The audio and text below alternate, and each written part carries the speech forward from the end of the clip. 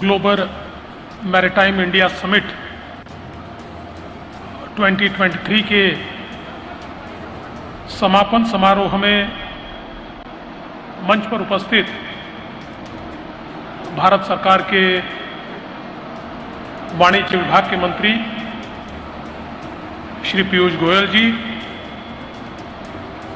Ports और shipping इस विभाग के मंत्री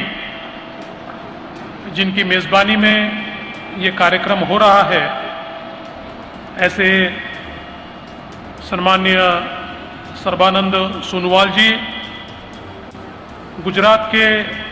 जनप्रिय मुख्यमंत्री भूपेंद्र भाई पटेल जी, भारत सरकार में राज्य मंत्री आदरणीय श्रीपाद नाइक जी, आदरणीय शांतनु ठाकुर जी, आदरणीय मंजीपारा महेंद्र भाई, मेरे सहयोगी महाराष्ट्र सरकार के पोर्ट्स मिनिस्टर संजय बंसोड़े जी, हमारे सांसद गोपाल शेट्टी जी, श्री टी.के. रामचंद्रन जी, मंचासीन सभी महानुभाव और इस ग्लोबल समिट के लिए यहाँ पर पधारे हुए सभी बहनों और भाइयों, मैं सबसे पहले महाराष्ट्र सरकार की ओर से आप सभी का बहुत बहुत स्वागत करता हूं, अभिनंदन करता हूं और विशेष रूप से भारत के प्रधानमंत्री आदरणीय नरेंद्र मोदी जी और हमारे शिपिंग मिनिस्टर श्री सर्बानंद सोनोवाल जी,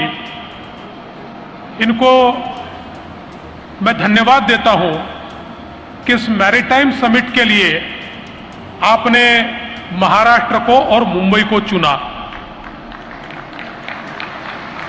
हम सभी लोग जानते हैं कि ये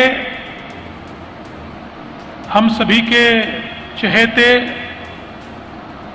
छत्रपति शिवाजी महाराज, इनके 350th कोरोनेशन ईयर उनका ये चल रहा है। 350 साल छत्रपति की पदवी उन्होंने धारण करने का ये साल है। और छत्रपति शिवाजी महाराज एक ऐसे राजा थे जिन्होंने भारत की मैरीटाइम पावर और कैपेसिटी को समझा था और कान्होजी आंग्रे जैसे एक सरदार ने इस देश की मैरीटाइम पावर को समझकर इस प्रकार की नौसेना का गठन किया था कि जिसके कारण उस समय एक महत्वपूर्ण मैरीटाइम पावर के रूप में महाराष्ट्र को और भारत को देखा जाता था। और भारत का मैरीटाइम इतिहास ये तो बहुत ही पुराना है और हम लोगों ने ये भी देखा है कि जब हड़प्पन संस्कृति थी उस समय भी भारत अपनी मैरीटाइम कैपेसिटी को विकसित करके अन्य देशों के साथ और विशेष रूप से मेसोपोटामिया के साथ व्यवहार करता था। उसी भारत की ताकत को फिर से पुनरुज्जीवित करने के लिए प्रधानमंत्री मोदी जी ने पिछले 9 वर्षों में जिस प्रकार से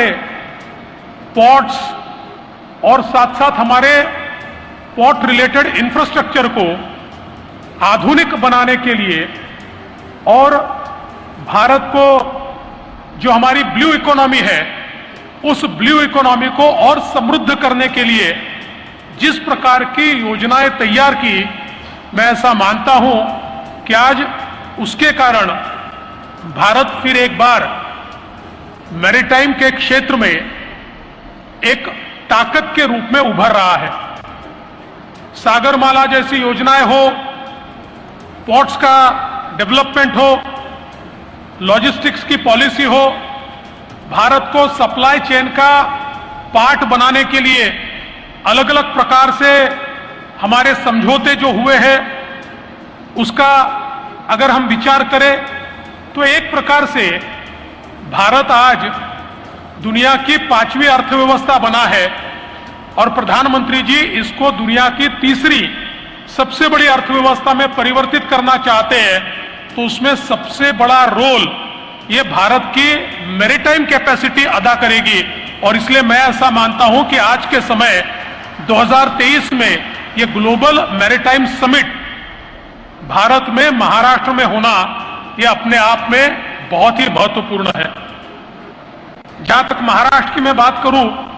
हम सभी जानते हैं कि देश का सबसे बिजिएस्ट पोर्ट जीएनपीटी पोर्ट ये महाराष्ट्र में है, मुंबई पोर्ट महाराष्ट्र में है और अब महाराष्ट्र में हम लोग नया पोर्ट तैयार कर रहे हैं। केंद्र सरकार की सोनोवाल जी की अगुवाई में हम वाढ़वण में एक नया पोर्ट करेंगे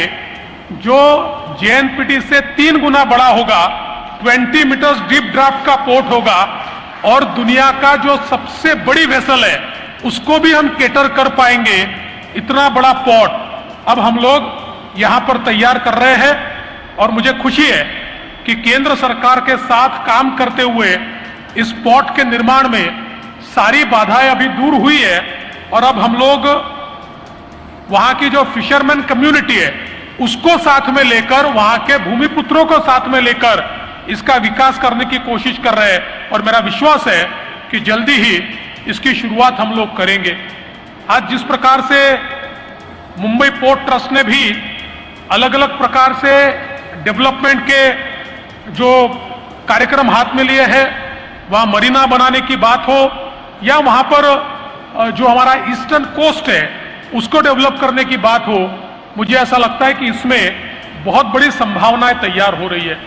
विशेष रूप से मैं ये मानता हूं कि अब भारत में शिप बिल्डिंग की बहुत संभावनाएं तैयार हो रही है। चाइना और कोरिया के बाद और जापान के बाद अब मुझे ऐसा लगता है कि शिप बिल्डिंग में सबसे बड़ी संभावना अगर कहीं है तो भारत में और महाराष्ट्र में हमने हमारी नई शिपिंग और पोर्ट्स पॉलिसी तैयार की है जिसके अंदर शिप बिल्डिंग हो, शिप ब्रेकिंग हो या इस प्रकार की एलाइड जितनी एक्टिविटीज है, बिजनेसेस है,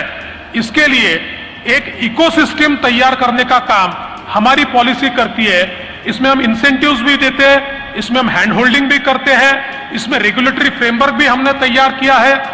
और मेरा विश्वास है कि दुनिया के जो इन्वेस्टर्स आज शिप बिल्डिंग में काम करना चाहते हैं उनके लिए महाराष्ट्र में बहुत बड़ा अवसर आज हमको यहां पर दिखाई देता है। वैसे भी हम लोग जानते हैं कि माझगांव डॉक जैसी हमारी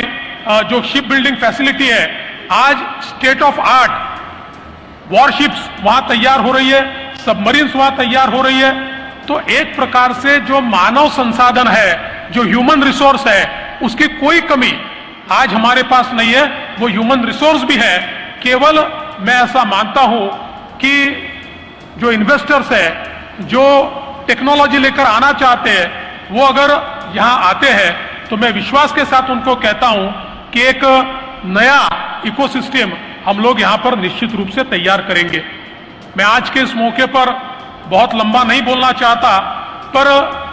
मैं भारत सरकार को इतना ही आश्वस्त करना चाहता हूं कि भारत सरकार ने ये जो सारे हमारे काम हाथ में लिए हैं और विशेष रूप से पोर्ट-लेड डेवलपमेंट का जो मॉडल आपने हाथ में लिया हुआ है, उस मॉडल में महाराष्ट्र पूरे तरीके से आपसे साथ रहेगा। आपसे हाथ में हाथ मिलाकर, कंधे से कंधा मिलाकर हम लोग इसको डेवलप करने की कोशिश करेंगे। इतना ही आज के मौके पर कहता हूं। फिर एक बार आपने महाराष्ट्र को ये मौका दिया, इसलिए आपका बहुत बहुत आभार व्यक्त करता हूं। वैसे तो होस्ट स्टेट होने के नाते मैंने पूरे समय यहां बैठना जरूरी था, किंतु 4:15 बजे आदरणीय प्रधानमंत्री जी महाराष्ट्र में 500 स्किल सेंटर का उद्घाटन कर रहे हैं और उस कार्यक्रम में मुझे उपस्थित रहना जरूरी है। इसलिए इस कार्यक्रम के बीच से मैं जाऊंगा, लेकिन हमारे पोर्ट मिनिस्टर ये पूरे समय इसमें रहेंगे। मैं फिर एक बार आपका बहुत बहुत आभार व्यक्त करता हूं और अपने शब्दों को विराम देता हूं। जय हिंद, जय महाराष्ट्र।